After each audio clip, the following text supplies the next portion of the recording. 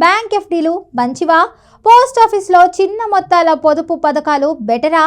ఆర్థిక రాబడి ఎందులో ఉంటుందంటే మీకు తెలుసా? అయితే ఈ వీడియోలో చూడని తెలియకపోతే, ఇటీవల దేశ ఆర్థిక పరిస్థితుల్లో చోటు చేసుకుంటున్నటువంటి మార్పులు సాధారణ పెట్టుబడిదారులపై, ముఖ్యంగా స్థిర ఆదాయంపై ఆధారపడే వారి మీద పెద్ద ప్రభావాన్ని చూపిస్తున్నాయి. ముఖ్యంగా ద్రవ్య విధాన కమిటీ రెపో రేటును అయితే వరుసగా తగ్గించడం వల్ల బ్యాంక్ ఫిక్స్డ్ డిపాజిట్లను వడ్డీ రేట్లు క్రమంగా తగ్గుతున్నాయి. తాజాగా రెపో రేటును మరోసారి 0.25% తగ్గించారు. ఇది ఈ ఏడాదిలో 4వసారి వడ్డీ రేట్ల కోత. ఇక రెపో రేటు తగ్గినప్పుడల్లా దాని ప్రత్యక్ష ప్రభావం బ్యాంకులపై అయితే పడుతుంది. ఇక బ్యాంకులు తమ రుణాల వడ్డీ రేట్లను తగ్గించడమే కాకుండా డిపాజిట్లపై ఇచ్చేటువంటి వడ్డీ రేట్లను కూడా తగ్గిస్తాయి. దీంతో ఎఫ్డీలపై ఆధారపడే పెట్టుబడిదారుల ఆదాయం క్రమంగా తగ్గిపోతుంది. సో ఇప్పటికీ చాలా అయితే బ్యాంకులు కొత్త ఎఫ్డీలపై అయితే వడ్డీ రేట్లను తగ్గించడం మొదలుపెట్టాయి.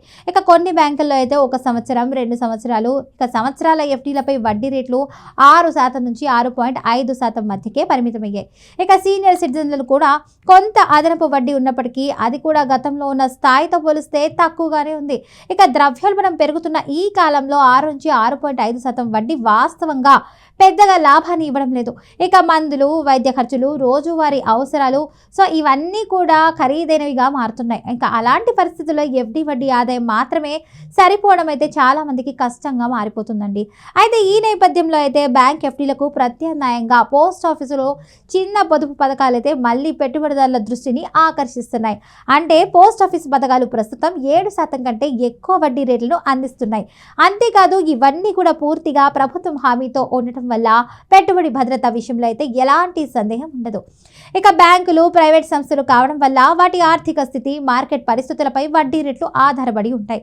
కానీ పోస్ట్ ఆఫీస్ పథకాలు నేరుగా అయితే కేంద్ర ప్రభుత్వ ఆధీనంలో ఉంటాయి. ఇక అందువల్ల డబ్బు సురక్షితంగా ఉండటమే కాకుండా ఉంటుందనే నమ్మకం ఎక్కువగా ఉంటుంది. ఇక పోస్ట్ ఆఫీస్ చిన్న పొదుపు పథకాలలో మరో ముఖ్యమైన అంశం అయితే ఏంటంటే వడ్డీ రేట్లు ప్రతి 3 నెలలకు ఒకసారి సవరించబడతాయి. అంటే మార్కెట్ పరిస్థితులను బట్టి ప్రభుత్వం త్రైమాసికంగా వడ్డీ రేట్లను సమీక్షిస్తుందన్నమాట. ఇక అవసరమైతే పెంచుతుంది, లేదంటే స్థిరంగా ఉంచుతుంది. కనుక బ్యాంక్ ఎఫ్డీలతో పోలిస్తే ఇది పెట్టుబడిదారులకు ఒక పెద్ద ప్రయోజనం. ఎందుకంటే బ్యాంకులు ఒకసారి ఎఫ్డీ చేసుకున్న తర్వాత వడ్డీ రేట్లు పెరిగినా ఇప్పటికే పెట్టినటువంటి ఎఫ్డీపై ఆ పెరిగిన వడ్డీని వర్తించదు. కానీ పోస్ట్ ఆఫీస్ పథకాల్లో కొత్త పెట్టుబడిదారులకు తరచుగా మెరుగైన అవకాశాలు లభిస్తుంటాయి. ప్రస్తుతం అయితే తక్కువ ఎఫ్డీ రాబడులతో అసంతృప్తిగా ఉన్నటువంటి వ్యక్తులకు పోస్ట్ ఆఫీస్ పథకాలు ఒక మంచి ప్రత్యామ్నాయంగా మారాయి. ముఖ్యంగా చెప్పుకోవాలంటే రిస్క్ తీసుకోవాలనుకునేవారు, తమ పెట్టుబడికి స్థిరమైన ఆదాయం కావాలనుకునేవారు, సీనియర్ సిటిజన్లు ఇక ఈ పథకాల వైపు అయితే మొగ్గు చూపుతున్నారు. ఇక పోస్ట్ ఆఫీస్ పథకాలు అయితే 7% పైగా వడ్డీ రాబడిని ఇవ్వడమే కాకుండా దీర్ఘకాలికంగా ఆదాయ భద్రతను కూడా అందిస్తున్నాయి. అయితే ఈ పథకంలో సీనియర్ సిటిజన్ సేవింగ్స్ స్కీమ్ ప్రత్యేకంగా చెప్పుకోవాల్సినది.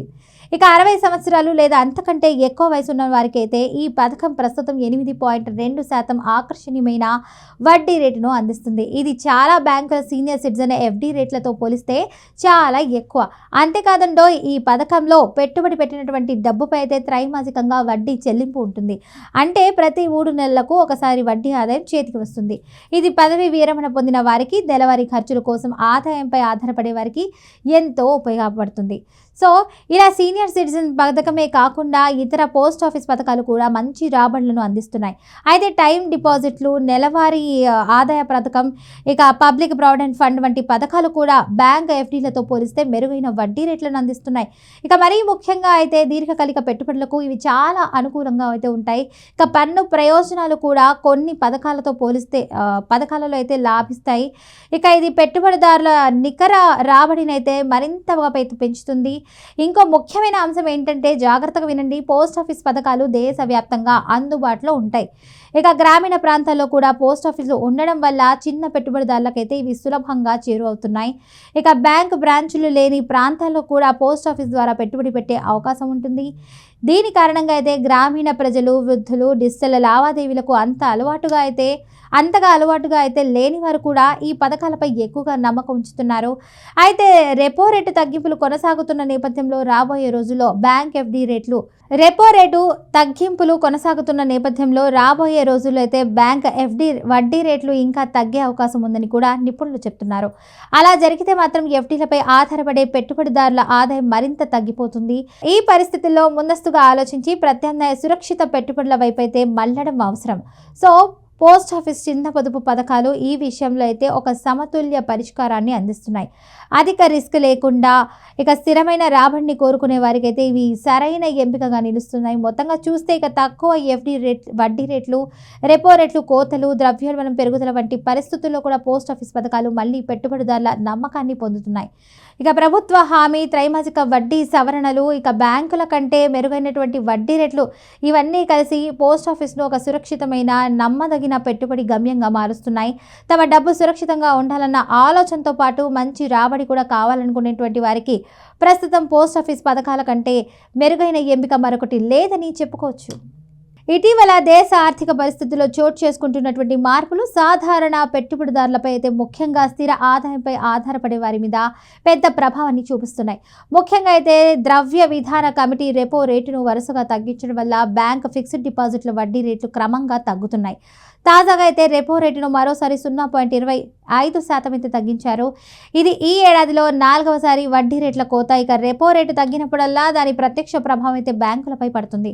అంటే ఇప్పుడు బ్యాంకులు తమ రుణాల వడ్డీ రేట్లను తగ్గించడమే కాకుండా డిపాజిట్లపై ఇచ్చే వడ్డీ రేట్లను కూడా తగ్గిస్తాయి. దీంతో ఎఫ్డీలపై ఆధారపడే పెట్టుబడిదారుల ఆదాయం అయితే క్రమంగా తగ్గిపోతుంది. అయితే ఇప్పటికే చాలా బ్యాంకులు అయితే కొత్త ఎఫ్డీలపై వడ్డీ రేటును తగ్గించడం మొదలుపెట్టాయి.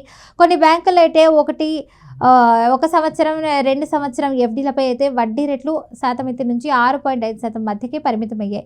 ఇక సీనియర్ నెటిజన్లకు అయితే అంత అదనపు వడ్డీ ఉన్నప్పటికీ అది కూడా గతంలో ఉన్నత స్థాయితో పోలిస్తే తక్కువగానే ఉంది. ఇక ద్రవ్యోల్బణం పెరుగుతున్నటువంటి ఈ కాలంలో 6 నుంచి 6.5% వడ్డీ వాస్తవంగా పెద్దగా లాభాన్ని ఇవ్వడం లేదు.